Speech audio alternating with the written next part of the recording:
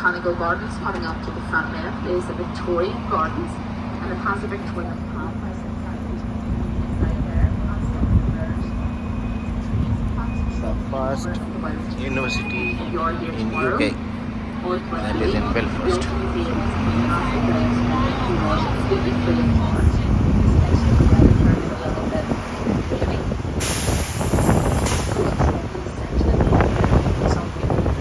Quite biased, but even coming up with photographs, some of the photographs that were taken here during the period of college troubles definitely capture that. A photograph is worth more than 1,000 words saying. South Belfast was the last of the areas to be extended. The reason for this is when the industries were in full bloom in Belfast, Belfast lies in a valley, and the centre is literally the centre of that valley. So it's very dirty, smoky and smoggy. So the people who had the money, the merchants as such, they moved slightly further out of the city uphill into the south. So we're on a slight incline this whole time into the south of the city.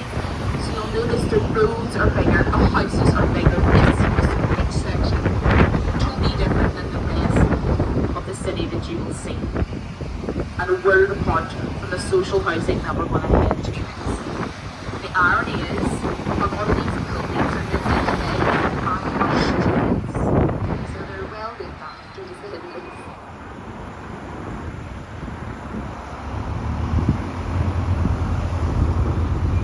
Belfast you see today is world apart from the Belfast that I grew up in, and that is a great thing.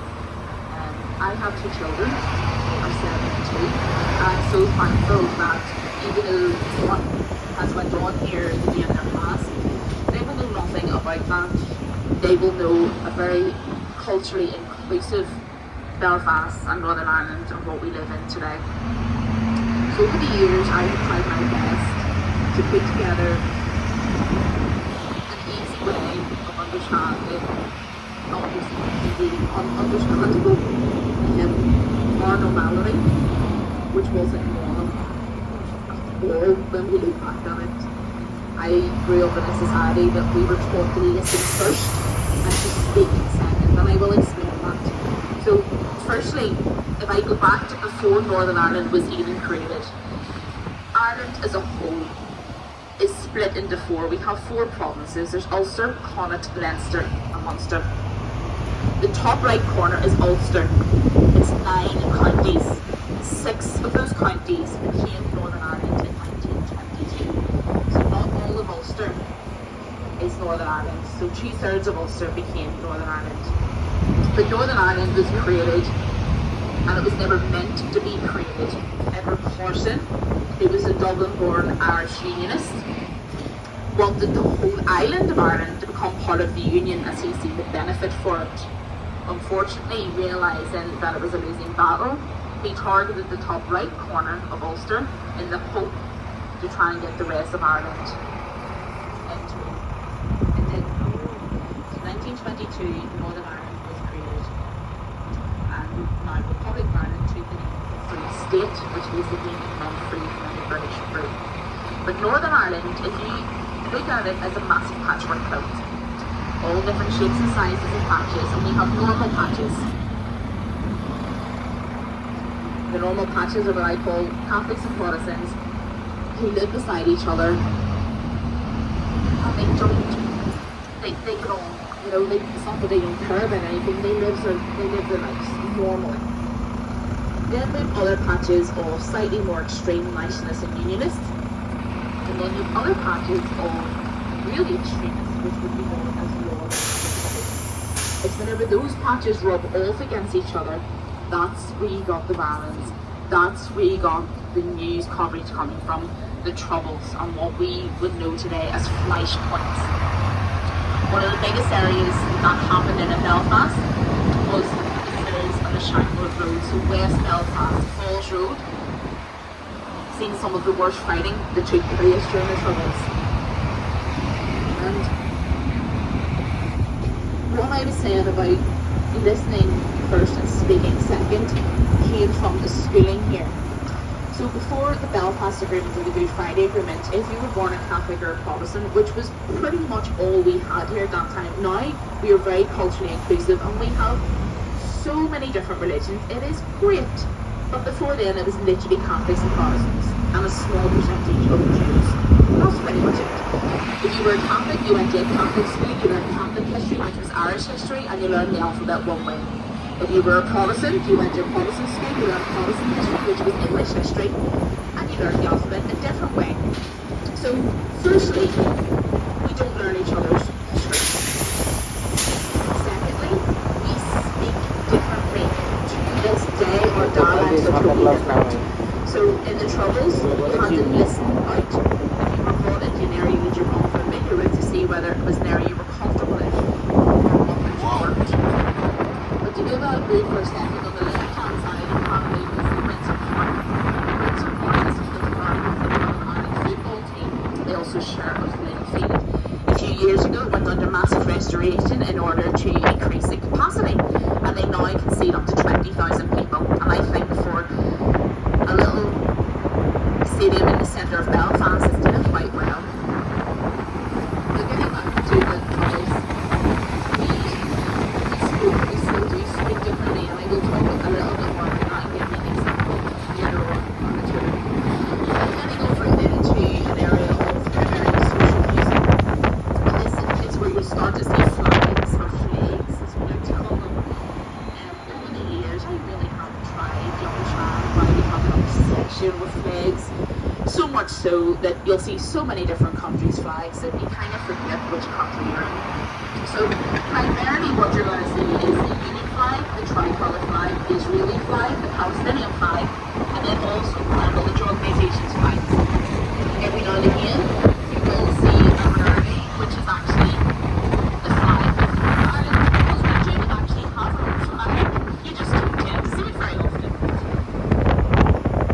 Flags association essentially come from the extremist sides of the community. So the Union flag would be very much associated with the northern areas, red, white, and blue, and the tricolour flag very much associated with Republican areas like the green, white, and orange. To the right hand side, we have flags, a sculpture designed by Wolfgang Buttress, given just by after the peace process, really, and it was for us trying to turn over a new leaf, rising out, shedding the skin, and becoming new again. But because it's a sculpture, because it lies beside the Falls Road, it's called the Walls of the Falls. That's us in West Belfast now. On West Belfast, we're going to see two very, very different roads. The Falls Road and the Shankill Road. We're getting back to the flags. You will also see the Israeli and Palestinian flag. And over the years, they're not the only different countries' flags that I've seen flown here. And essentially, what has happened over the years is when the extremist communities see a replication of what they feel happened here during the plantations of Ulster, they adopt a side in that war. So the Israeli flag would be very much seen with the Union flag. The loyalist communities very much see as Israel having the right to fight for that land and to take it back. The Palestinian flag you will see very much associated with the tricolour flag in the Republican areas, because they see what had happened here many years ago when the land was taken off the people who owned it and given to others. On the right hand side, the farm sector, shopping sector, the religious side. To the left hand side, the first memorial guard was set up by Ogren and Maher, and to the left. Gardens and a lot of murals along the streets, and some of them were men who were active in the family organisations. So our guest by some should be one of the long pieces of more than the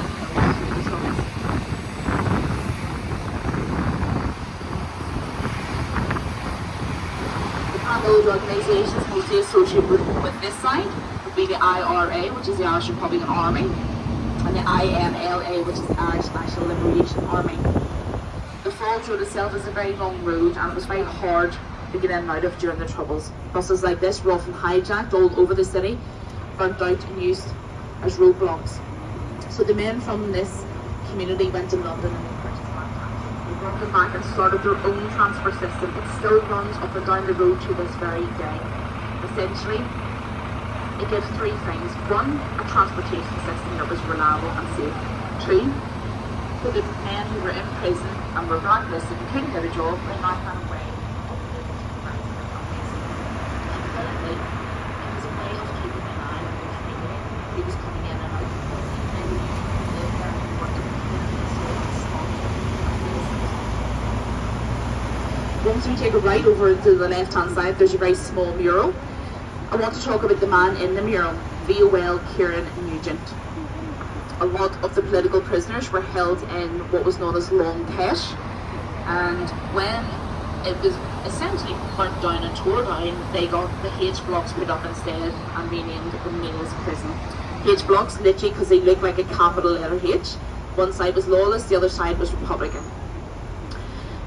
At 18 years old, Kieran Nugent was placed into prison as a prisoner, stripped of his clothes and given a prison uniform, and he refused point blank to wear it. You'll see him just over on the left hand side, just in the gable wall of today's Express on Rockville Street here to the left. So he became known as the very first blanket man. Essentially, he was protesting for political status. Many of the inmates joined him. This then escalated into the dirty protest, where they also stopped washing. They smeared excrement across their cells and they urinated in them as well. This then led to the third and final set of strikes, which was the hunger strikes. And this is all to explain when we get to one of the most photographed murals in all of Northern Ireland. We'll get up to that. And to the right hand side, you'll see teddy bears strapped to the railings. But if you look down this road, you'll see them strapped to the lampposts, to traffic lights, to railings, to anywhere. Essentially, for every Palestinian child that is killed through this conflict, they erected a teddy bear along the road to represent the children who are being killed in this conflict.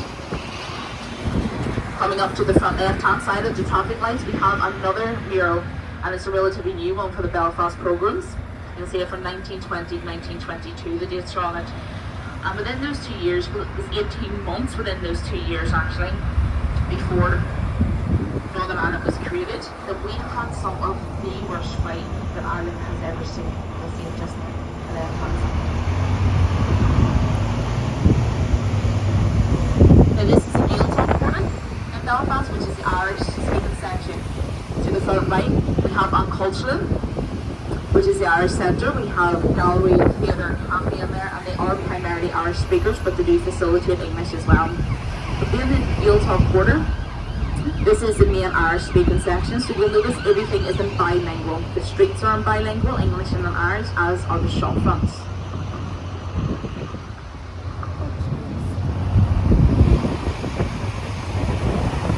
This is where you'll see the tricolour. And the tricolour, the history of it has been lost over the years. So the original flag of Ireland was green, white and gold. The French decided to rearrange that as such and give a gift to Ireland of a green, white and orange flag. And they said the green was to represent the Catholic national side of the community, the orange to represent the Protestant unionist side, and the white the peace between the two. That's why they often see the sorties. And again, the meaning of that has been lost over the years. And on the right hand side, all these buildings were Victorian hospitals. They became famous for a lot of different reasons. The first building ever had the addition fitted that we used. The first shippers used in Italian as well. But also, this is where Frank Pantries developed the portable heart defibrillator, a machine that starts your heart after a heart attack. Also, during the Troubles, the doctors and nurses here became world leaders in skin grafting techniques and plastic surgeries. The amount of people who remain and injured here during the Troubles, they had no choice but to become world leaders in their trade. So much so that doctors and nurses still come here to this day to learn their trades in plastic surgery before bringing it back to the workplace. We also look at the blue railings around the hospital. You'll notice they weave in and out, and they're designed like that to look like a street.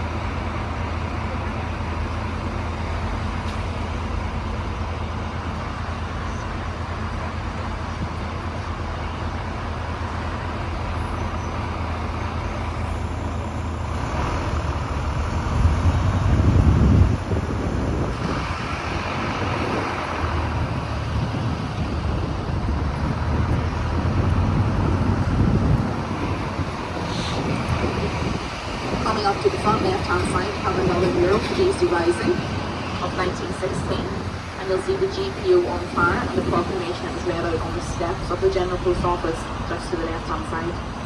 You see some of the main leaders, including Countess Markievicz to the top right. And if you look above that, you'll see the Comedy Band, and that was the organisation, the female organisation that she was associated with. The Phoenix rising up through the flames. Phoenix has become very popular with the Phoenix. As a mythical animal, you cannot kill Phoenix, so it will always rise up through the flames and become stronger and more. So the next hero you want to see is that of Bobby Sands. Bobby Sands was the first hunger striker to die in Britain on May 1981. The reason why he's probably most remembered and talked about is because he was an elected member of Parliament. He was an MP whenever he died. So in the upper walls, the Sinn Féin offices, the largest political party, just to the left. So behind you over your left shoulder, you'll see him. Just behind you over your left shoulder. Directly behind you. So to have a hunger striker elected as a member of Parliament was a real gain for republicanism, because they believed that Margaret Thatcher wouldn't let one of her own down. But in her words, crime is crime is crime is not legitimate. After the man died, the government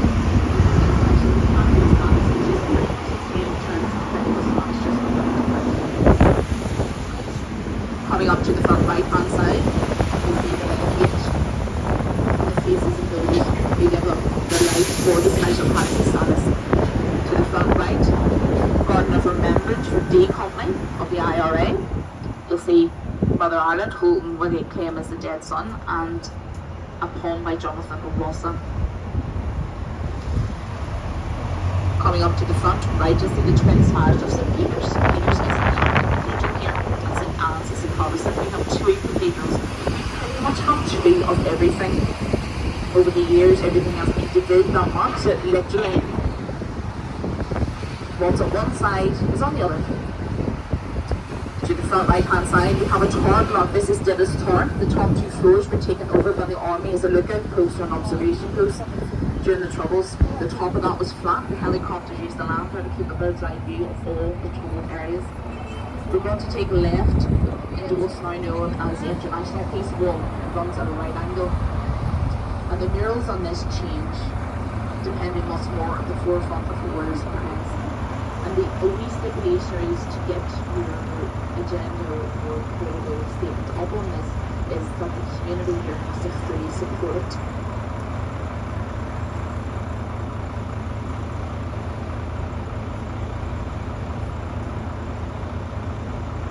Just behind it you will see a large factory. And that factory was a bread factory for many years, and unfortunately it was caught up between the peace.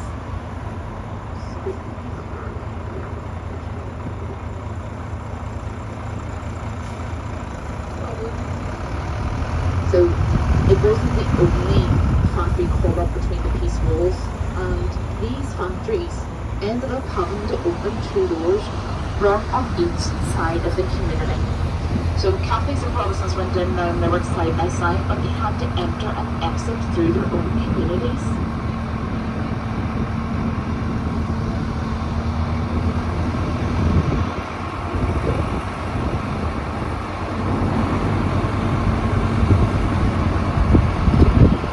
So we're just about to head through the peace gates. There's peace gates everywhere through the peace walls in Northern Ireland.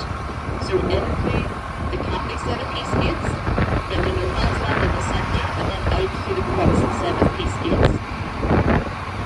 Believe it or not, all of these gates were still opened and closed on a daily basis.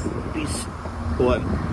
Some are manual, which means somebody comes every morning and every evening to open and close them. In the evening time, these communities are still segregated.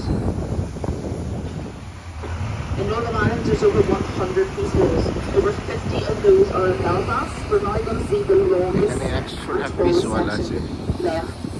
Northern Ireland. The section that you're going to see in front of us runs for over 3 miles. That's just one of over 50 in Belfast. It's over 40 feet tall. And in 3 different stages, the grey, the green, then the black.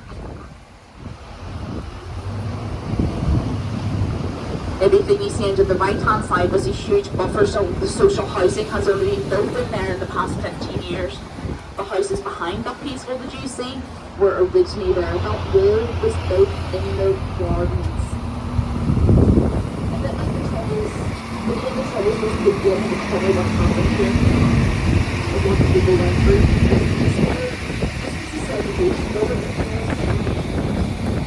They were put there in the hope to keep peace. But all they've done is segregate the communities further over the years.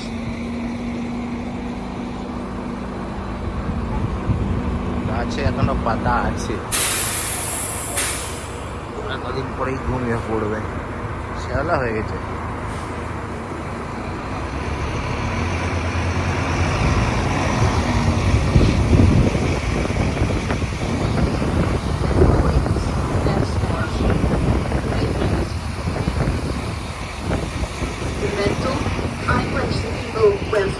Is going to take a very, very long time. Never to be up for that trust to come back again. I'm not wrong here there. Really says a lot. A few years ago, they did a survey on both sides. They asked them how happy they would be to have that road removed. Even brought down a little bit in size. And over 70% said no. That they didn't feel happy or comfortable. And it's because there's people on both sides of this wall. And that's what it's taken many generations to heal. This wall now has become one of the longest outdoor galleries in the world. People leave messages for hope, peace, reconciliation. Famous people have even quoted on it.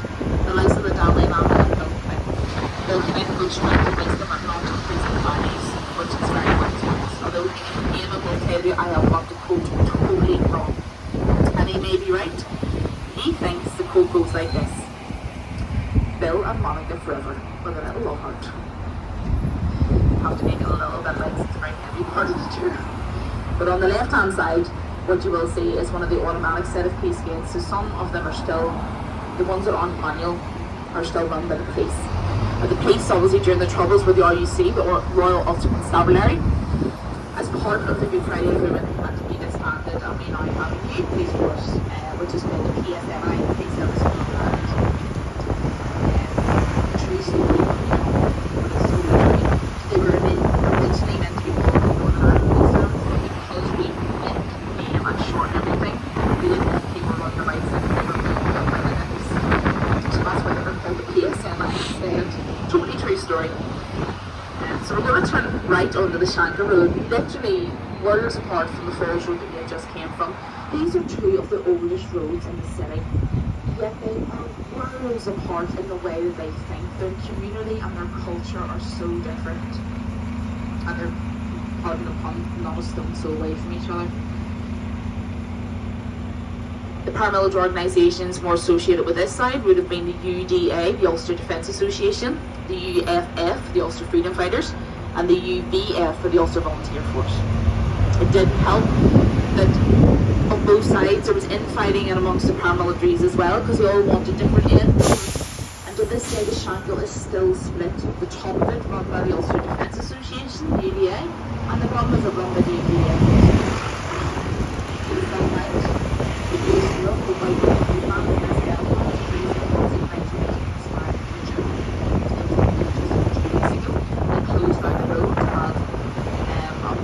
To unveil the mural itself. To the front left, the Rangers supporters club, and into the left, a small mural for the Vanguard Players. Roughly 130 men who are not only avid Rangers supporters, who are avid supporters of the Union and will do anything to save the Union. Thousands of people apply to them on a yearly basis because they are so stringent. Not very many people make this right. Just into the left. A large mural. The Sea Company, first battalion of the UDF, the Ulster Volunteer Force, and you'll notice that the men here don't have masks on them. That means they have passed away through the Troubles. If they were still alive in the community today, they have to have balaclavas on them to cover their identities.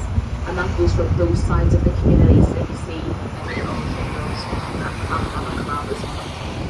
Coming up to the front left-hand side, one of the single worst atrocities that happened during their troubles. Important credit union induced Brazil's fish shop just into the left is a memorial there. And a moment of Brazil's was targeted because it was with the headquarters of the UDA, the Ulster Defence Association.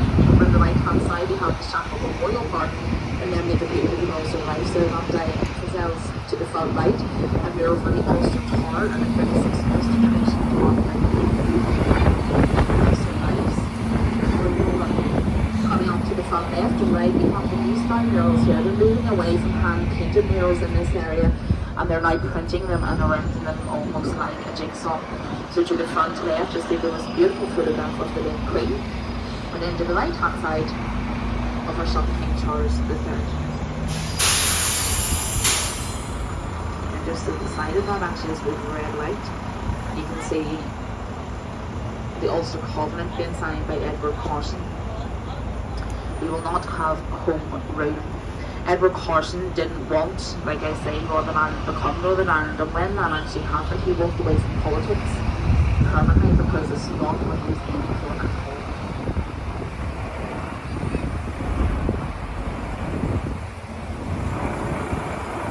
Just coming up to the front right is another small memorial for the Beardo, and you'll see 5 people who lost their lives. The Beardo was a bar, and they lost their lives when a bomb went off.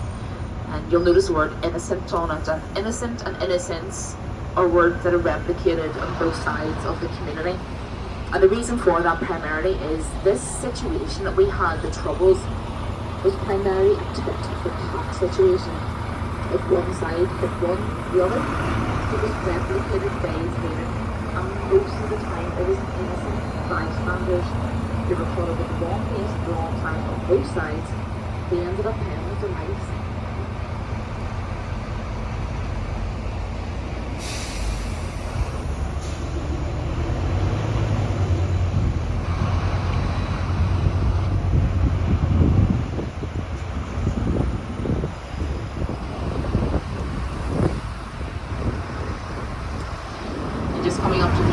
Is one of the more graphic murals in this area depicting some of the horrors that happened again in this community. But for every one that you see here, it was replicated on the other side as well. The centre photograph is one of the hardest to look at because the gentleman who took the child out of that situation, he couldn't deal with what he's seen and he took his life. And that's what I about the mental anguish, about what we thought was normal, what we went through, and that's going to take a very, very long time to straighten out. And we are going the right way. We are living very much now in a very culturally inclusive and with a shared heritage, and that is the most important thing because we do have a shared heritage here. It's like it's intertwined, you know, just like a rope.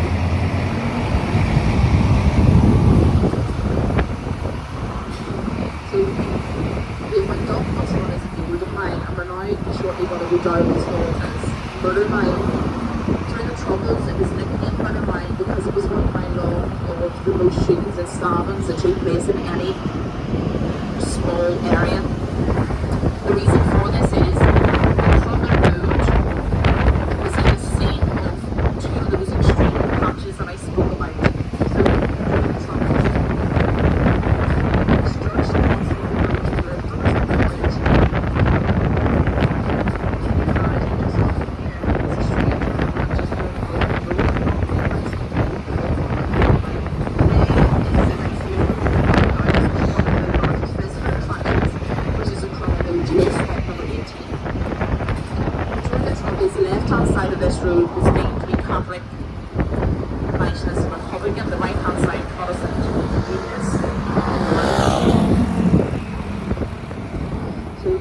Jail that you're going to see is a Victorian jail that has 4 wings inside, A, B, C, and D.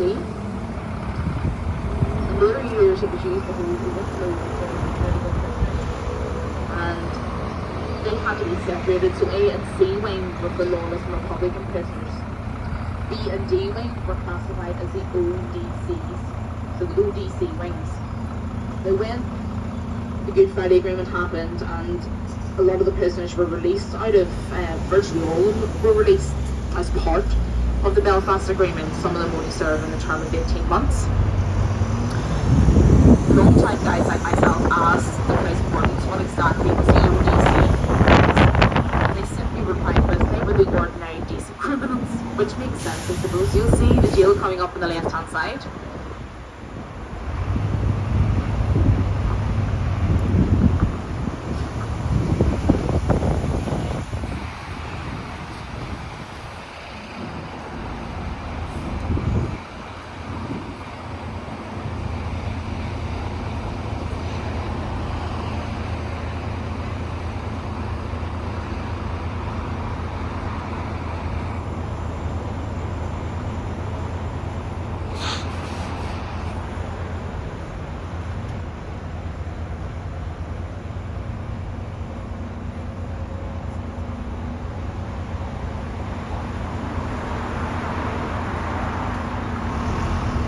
So over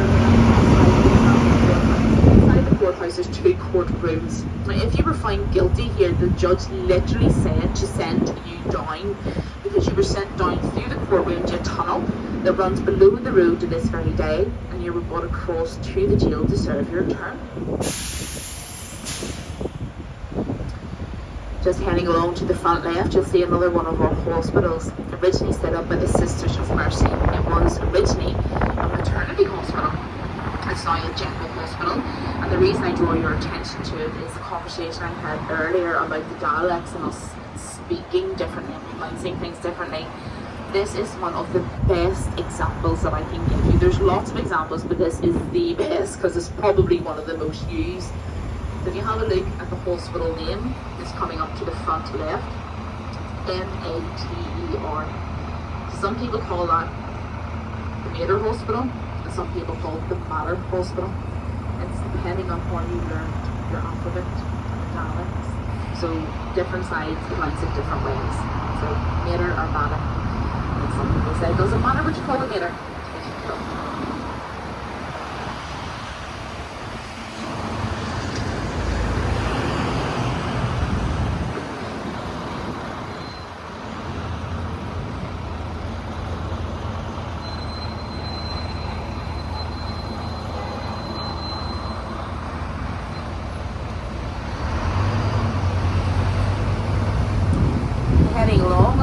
We're going to come to Carlisle Circus, and it's an area that we would call Flashpoint, and there's still a few of these in and around, not just Belfast but Northern Ireland, at different times of our calendar years, actually by the 12th of July.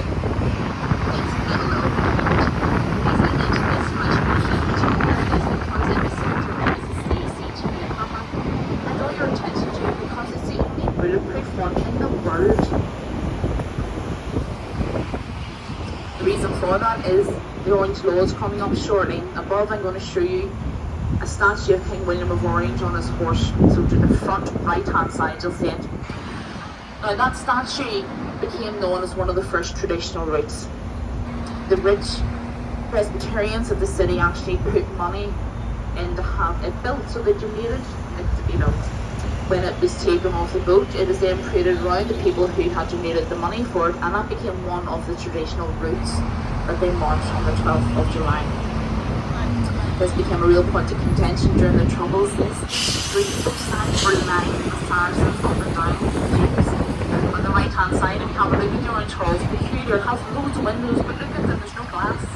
There's no natural light getting into that building at all. They're all bricked up. It's the most surreal building to be on the inside of. There's no natural light in it at all. They actually don't use the front of that building as well. They use the back of it for entrance.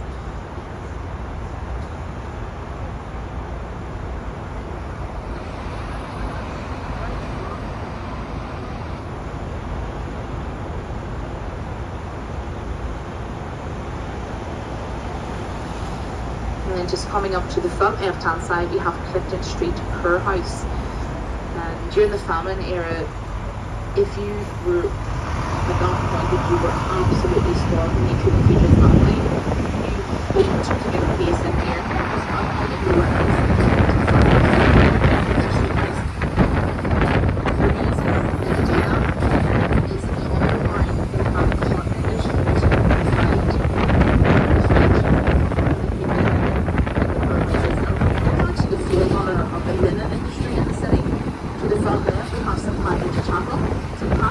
the patron saint of Ireland. He was the one who invented the Celtic cross. He came down to preach Christianity and realised that the time was not to create a nation. He didn't want to alienate their religion with this new religion. So he took their sun god, which is a circle of disc that you see in the Celtic cross, and the Christian crucifix. They put the two together for an amalgamation, and that was how the Celtic cross was born. Coming up to the front left, you're going to see one of the largest there is in the world, suspended on the side of St. Anne's, which is on the Protestant Cathedral. So you'll see it just over to the front left-hand side. Massive, 97 feet tall actually. Beautiful at night time.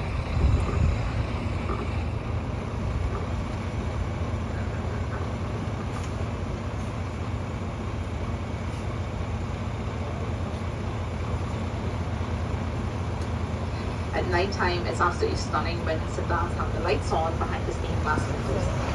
In front of you, you see the glass dome of the Victoria Square Shopping Centre. You can ask us to one stop left and stop number 1, so that will be us back in to Belfast City Centre again. So the view is free to walk around anytime it's on the board in the evening. So into the city centre, you will notice that quite a lot of the buildings and street names are associated with the castle that originally resided here. So they built the first Belfast castle, and in 1619 it was predominantly wood. The reason I talk about that is because it was also the end of the Chichester family here in Belfast. It caught fire, completely accidental, and 3 of Arthur Chichester's 4 daughters died. He took the remaining daughter and his wife back over to England, and it took over 100 years for later generations of the same family to come back and build Belfast Castle where we know and love it today. So it stands miles outside the city centre, up in Cave Hill actually in North Belfast, pretty much at that point on the outskirts of Belfast. It now encompasses part of the city, and they used it as a holiday home. They never had the heart to come and have a permanent home here after that.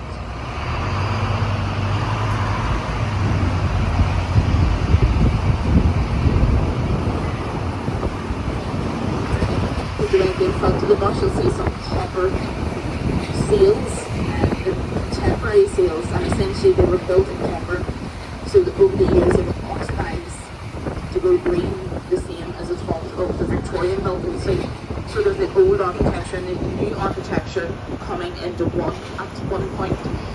But essentially they were put there to mark Belfast as a maritime city, or giving maritime city status, and these are some of the ships that were built by Harland Away for the White Star Line, one of the biggest contracts. And how you know the White Star Line ships is they all end in IC. So you've got the likes of the Celtic, the Nomadic, the Auronic, Traffic, right up until the Olympic, Titanic, Britannic. These are the rivals.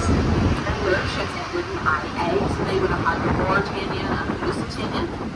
And of course, not forgetting the Carpathia, the closest vessel to the Titanic when she sank. Rush to help all those who were needed.